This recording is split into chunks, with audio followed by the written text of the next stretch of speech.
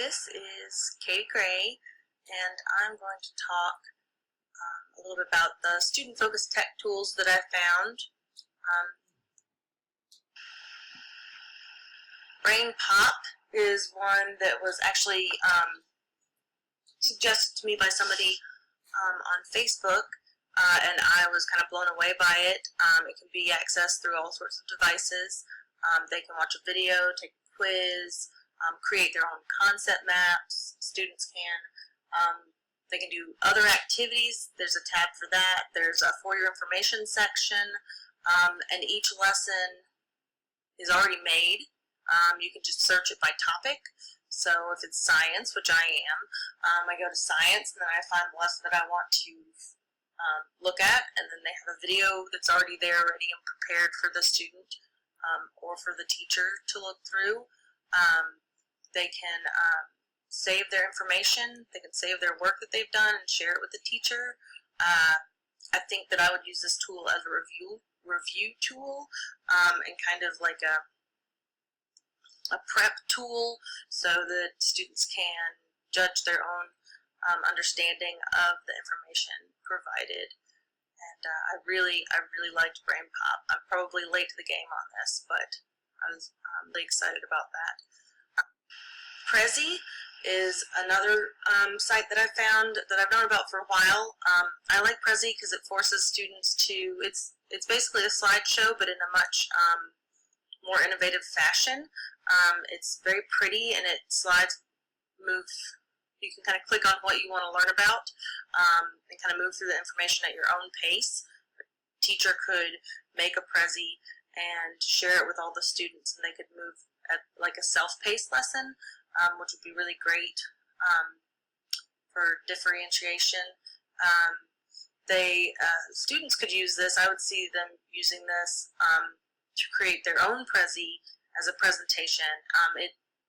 Prezi looks better if you take the information and you make it more concise, and making that information more concise forces students to look at what information is really important and what they really need to put on there, and it doesn't allow them to do any kind of copy and pasting or just writing out what they've read, and it gives them the opportunity to be creative. Yeah, I like Prezi. I like the view, and the students could share it instead of present it. They could share it with the other students, and other students could move through it on their own. And then I could give them a quiz on the information that they learned from other students' presentations. Anyway, Pixton is a great site. I can't believe I haven't thought to use this site. My husband used this in his grad school final presentation when he was getting his master's in library science. This is how he wrote his paper, was through Pixton, and it was incredible. So Pixton is a great site for making comics, and you can easily drag and drop and move your own comics, and you can create your own characters. You use the characters already provided. I think that it would be really cool having some big chunks of text that students may have to read in my class, that they could create like a storyboard. That was Pixton's suggestion also. They could create a storyboard for each paragraph that they were having to read, what happened in that paragraph, what was going on, you know, and kind of look at that information in a different format, in a creative format, and try to make it into a comic. I think that would be awesome. I also think that we could use this.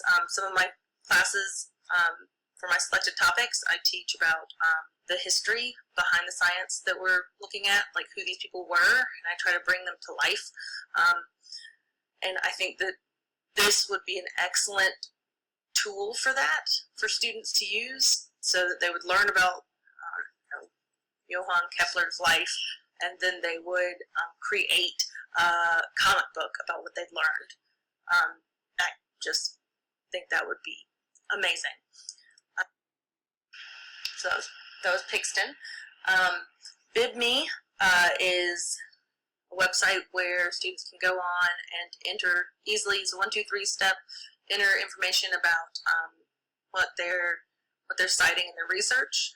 We do a lot of research in my class, and students don't know how to cite things. They do learn it in 9th grade through English and communication skills, but this would be a great way to start them off citing their information instead of just copying and pasting, kind of like I did,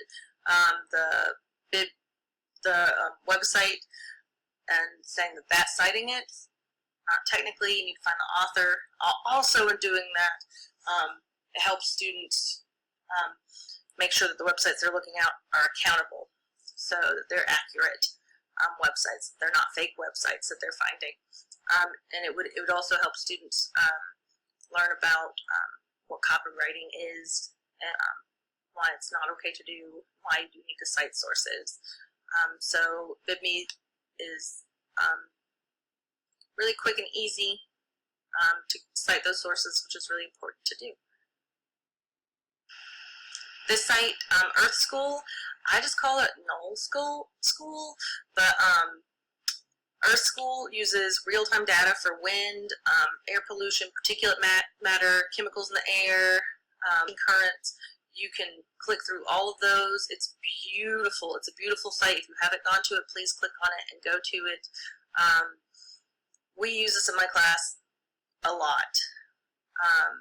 Sometimes I'll just leave it up on the whiteboard or on the presentation board just because it's so pretty to look at. So if students are trying to do research or whatever, I'll just leave that up there. But they can actually see what's going on. They're really excited about being able to see storms forming, and they can talk about what that means, and then they can try to go in when we're doing our unit on meteorology. They can try to go in and look and see where that storm is and how big the storm is. Hurricane, ocean currents are less exciting, but then particulate matter is really exciting when we talk about air pollution, because you can easily see where there are fires because the particulate matter in that area is much higher, and it's just it's a wonderful, beautiful site that's really relaxing to watch and really interesting and engaging for the students to look at and see what's happening around the globe. Google Earth obviously is a wonderful site. It shows the whole globe. You can go and get little snippets of information. You can get pictures that people have taken. You can look and see where things are that you would never visit, that you're not ever going to go to, that students are never going to go to, that I might never go to. You can focus in even more and find your own home and your own address, and students find that just fascinating. And the way we use this in my class was, you'll have another one that talks about this, as we made maps of the waterways in Caldwell County to track pollution from stream samples collected by students, and they could find out where their collection site came from, and where their where their sample came from, and they were able to track. They actually made hand-drew maps and made waterways and put where their collection sample came from, and then what might be causing the pollution found in that water sample. They used Google Earth to do this. They also used another site that I'm going to talk about a little bit later, but they used Google Earth really to map waterways in Caldwell County. The other site, the GIS site that I'm going to talk about in 2 slides, I think, was a little too detailed when it came to that.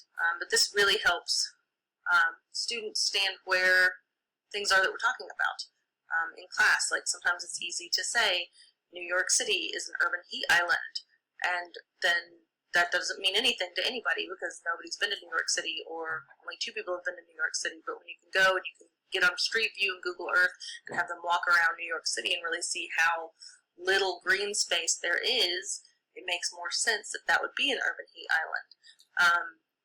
So I really like using Google Earth. I'm pretty sure I'm going to mispronounce this one. Vengage. This site I am going to use next year. It offers really quick ways for people entering data to make graphs out of it, to make that data into something they can visualize, which is much easier for most brains to see rather than looking at like an Excel sheet full of information. And also, I really want my students, especially in the air pollution thing, where we do look at lots of data and how air pollution has changed and why, because of the laws that have changed and legislation that has changed to decrease air pollution, that it's worked, and so, or working currently.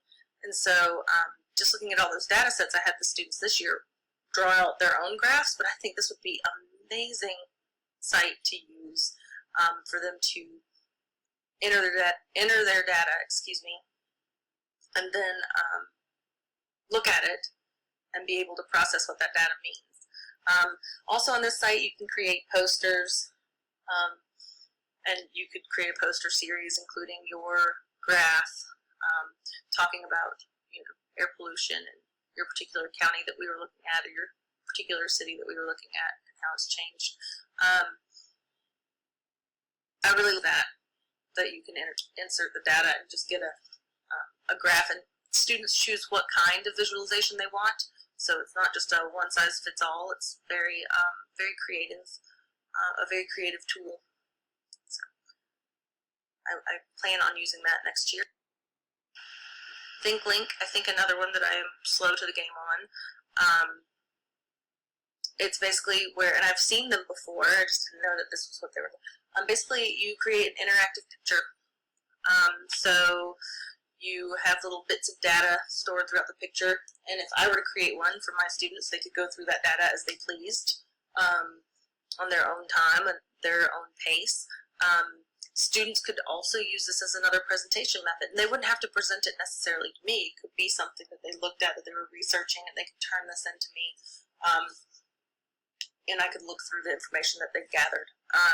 It's beautiful. It's a beautiful site, and it's really interesting. You can link websites, you can link videos, you can link images, and information. You can enter your own information into it. So really interactive, creative website that I think would really help the students to focus in on what's important in the topic that they're studying at that point. GIS, Global Information Systems, you can find these on any county. So my county that I teach in is Caldwell County, and I like it a lot because you can overlay a lot of different information. And so my students looked at it. This is going back to that water pollution, and we looked at where the source came from, the sample came from. We looked at how polluted it was, if it was polluted or not polluted. Most of them were polluted, with what pollutants they were used in. And then students used this site to pinpoint where it was in Google Earth, pinpoint where it was, and then overlay the different levels of urbanization that goes on in Caldwell County, and kind of try to figure out why the pollutants were so high in this one particular sample. Well, it was because it was right next to a furniture factory, or why it was so high in this like little suburban neighborhood. And then you got to go to the student and say what was going on there, and she's like, well, a lot of people walk their dogs and don't pick up after them, which is totally gross, but a reason that there was fecal coliform in this sample. That's probably getting too specific. I really like using GIS. GIS is something used in the field a lot when you're looking at information and you're trying to overlay where you're going to find certain types of plants. Learning how to use this tool is incredibly important for any student that wants to go. I only know about science, but wants to go into the scientific field. GIS is extremely important to know how to use. And the last one is Trello. I am going to use this for myself. It's really simple. It's basically you create lists. You can put information into these lists, you can put images into these lists, but you create checklists. And so I could either, the teacher, create a checklist for students' research. So if they're doing a research